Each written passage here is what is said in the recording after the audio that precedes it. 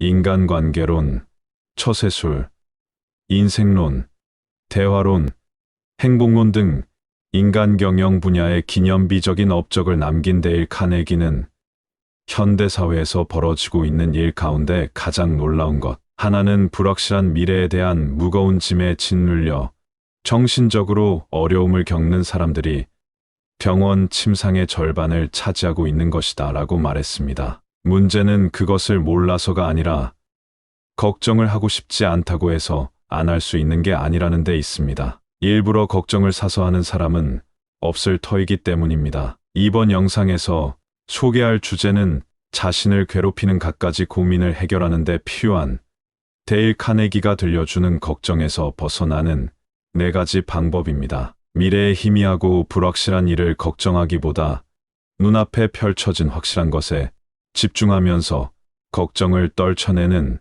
노하우를 배울 수 있을 것입니다. 인생을 변화시킨 마법의 한 구절, 불확실한 미래의 일을 걱정하기보다 현재의 일에 집중하라.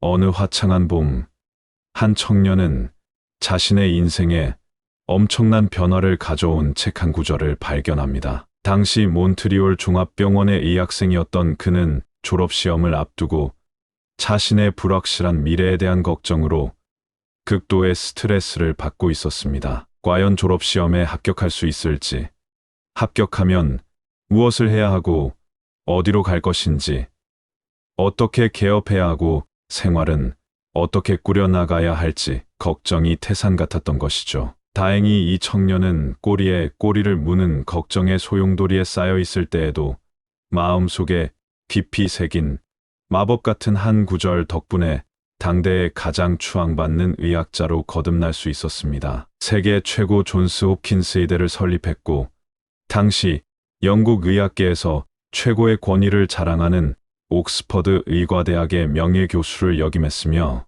영국 왕실에서 기사 자귀를 받았을 뿐 아니라 사후에는 1500쪽에 이르는 2권의 전기를 출간했습니다. 그 주인공은 바로 윌리엄 오슬로 경이고 그가 어느 봄날 읽었던 마법의 한 구절은 지금 우리의 중요한 임무는 희미하고 불확실한 미래의 일을 걱정하기보다 당장 눈앞에 펼쳐진 확실한 일에 집중하는 데 있다는 것이었습니다. 걱정과 고민은 아무리 건강한 사람이라도 병자로 만듭니다. 그러니 건강하게 오래 살면서 인생을 즐기고 싶다면 의식적으로라도 걱정을 떨쳐내는 습관을 들일 수 있도록 노력해야겠습니다. 그럼 지금부터 데일 카네기의 걱정에서 벗어나는 4가지 방법을 한 가지씩 소개하겠습니다.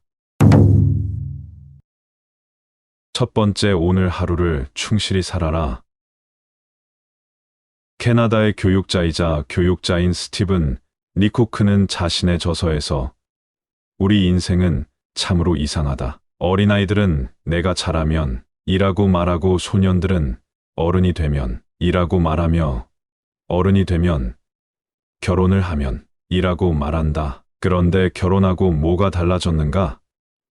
또 결혼한 후에는 퇴직하게 되면 이라고 회환의 찬말을 한다고 썼다. 그러다가 결국 지나가 버린 자신의 모습을 되돌아보게 되는 우를 범한다는 것입니다. 오늘 하루를 충실히 살아라. 오늘에 충실하라는 말은 내일에 아무런 대비를 하지 말라는 것이 아닙니다. 내일을 준비하는 가장 훌륭한 방법으로 오늘 당장 주어진 일을 완수하는데 모든 지성과 열정을 쏟아부으라는 의미입니다. 이것이야말로 내일을 준비하는 유일한 방법이기 때문이죠. 오직 현재에 충실할 때만이 과거에 집착하지 않을 수 있고 지나간 삶에 후회하지 않으며 다가올 미래에 대한 걱정도 사라져 순간순간을 온전히 살아갈 수 있습니다. 두 번째, 당면한 문제에만 집중하라.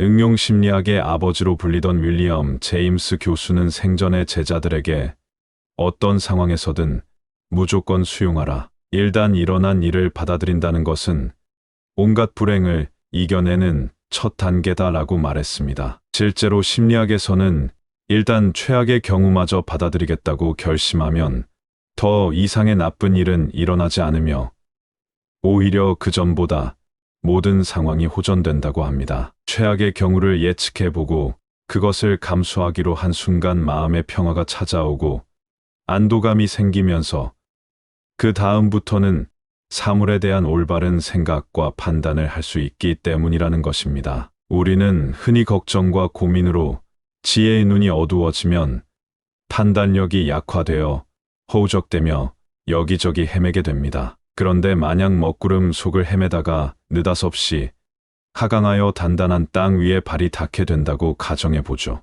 우리의 마음은 언제라도 안전하게 떠받쳐주는 이 땅과 같습니다. 발을 땅에 단단히 딛고 서서 차분하게 생각하면 그 어떤 것도 다 받아들이고 해답 또한 알게 될 것입니다. 세 번째, 최악의 상황을 좋게 만들어라. 걱정을 해결하는 마법의 공식 3단계가 있습니다. 첫째는 현재 상황을 직시하고 면밀하게 살펴본 다음 앞으로 일어날 수 있는 최악의 상황이 무엇인지 생각해 보는 것입니다. 둘째는 최악의 경우가 현실로 나타난다면 기꺼이 받아들이겠다고 다짐한 후 자신과 대화를 시작해 보는 것입니다. 그리고 셋째는 최악의 상황까지 가지 않도록 하기 위해 모든 시간과 열정을 들여 노력하는 것입니다. 이때는 이미 마음으로부터 받아들인 최악의 상황을 조금이나마 개선하기 위해 마음을 가라앉히고 매사에 집중해야 합니다. 무언가를 걱정하고 고민한다면 우리 마음은 끊임없이 동요되어 판단력을 잃게 됩니다. 하지만 최악의 상황을 감수하겠다고 받아들이는 순간 불안과 고민이 낳은 온갖 부정적인 생각들을 놓아버리게 되고 오직 직면한 문제에만 집중할 수 있습니다. 만약 해결하기 힘든 고민거리가 있다면 첫 번째 일어날 수 있는 최악의 상황은 무엇인가? 두 번째, 그것이 도저히 피할 수 없는 일이라면 최악의 상황을 받아들일 준비를 하라.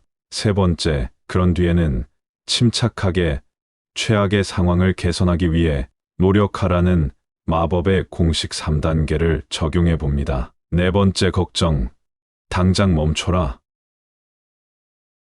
미국 의사협회 연차보고회에서 발표한 헤럴드 해버인 박사의 연구 결과에 따르면 이국의 회사원들 중 평균 연령 44.3세의 중간 관리자 176명을 진찰한 결과 그중 3분의 1이 극도의 긴장감에서 오는 위궤양, 심장병, 고혈압 등과 같은 성인병을 앓고 있었다고 합니다. 특히 중역들 중 3분의 1이 45세 전에 심장병, 위궤양, 고혈압으로 육체를 병들게 했다는 것이죠. 그렇다면 성공이란 얼마나 값비싼 것이란 말일까요? 하지만 실제로 그들은 성공한 것이라고 할 수 없습니다. 심장병이나 위장병을 대가로 사업을 성장시켰다고 해서 누가 그들이 성공할 수 있을까요?